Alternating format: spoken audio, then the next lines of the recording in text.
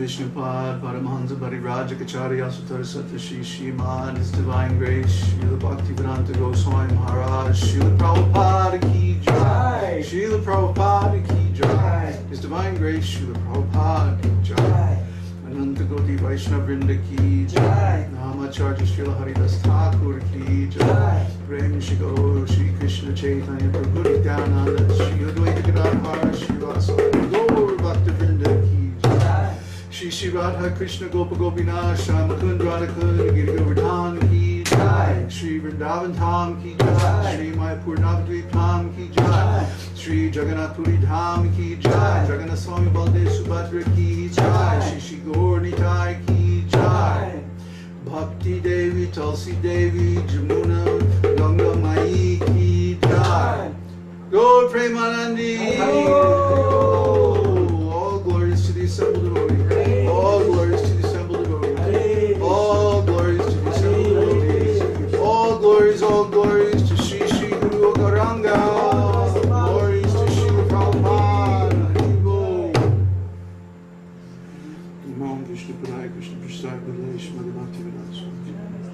Namaste Saraswati Devi, Gauravani Charya, Vishesha Shivani, Vischakti Deshita.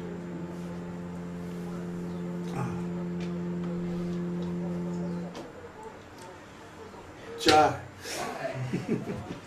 So we got up to a late start today because of technical problems.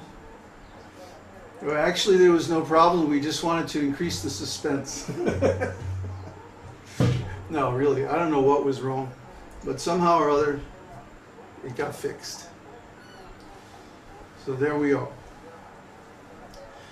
Now today I wanted to talk about Vedānta-sūtra again, and I wanted to talk about the third adhyaya. So far we've been talking mostly about this first and second adhyayas. But the third adhyaya is where things really start to pick up because it goes into the science of devotional service.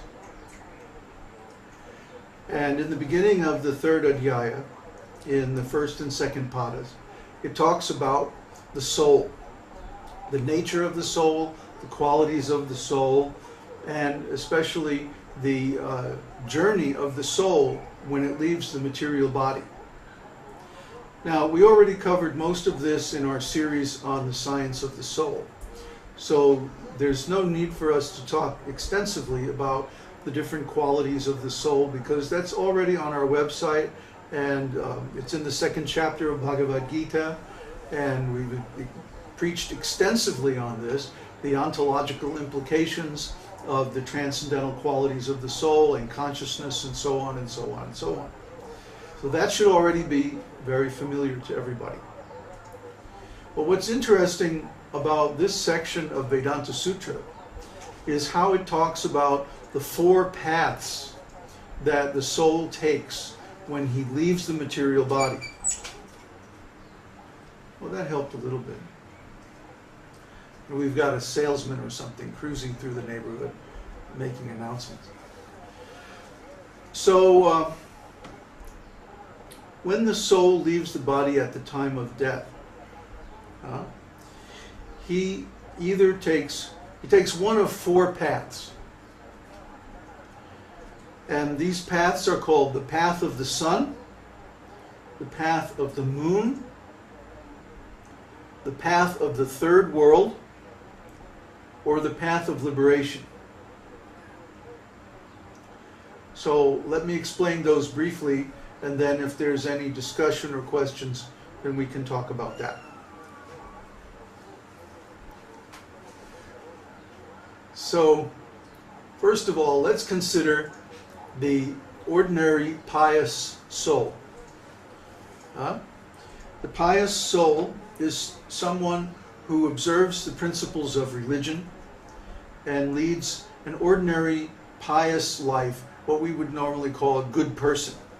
Of course, the Vedic standard of a good person is far beyond the Western culture's standard of a good person. In the Western culture, a good person is basically somebody who manages to stay out of jail. But in the Vedic culture, a good person means someone who observes the principles of religion. They don't eat meat, fish, or eggs. They don't take intoxication. They don't indulge in illicit sex. And they don't gamble or speculate. They take their knowledge directly from the Vedic scriptures. So a person like this, if they don't have knowledge of the soul, self-realization, either on the Brahman, Paramatma, or Bhagavan platform, but they're generally a good person, a religious person, they go by the path of the moon. And the path of the moon means that usually they leave their body at night or during the smoke, as Krishna describes in Bhagavad Gita. Dhuma means the smoke. It can also mean during the influence of the planet, Dhuma, the subtle planet called Dhuma, which you can calculate in Vedic astrology. And many people leave their life during the influence of this subtle planet. When they do, they first go to the darkness, and then they go to the Krishna Paksha, or the dark fortnight of the moon. the area of the subtle world where the moon travels during the dark fortnight when it's waning. Then from the dark fortnight, they go to the moon.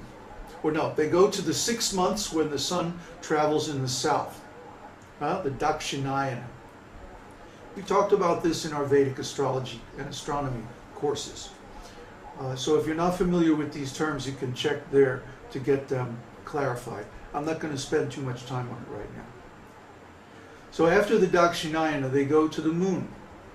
And in the moon planet,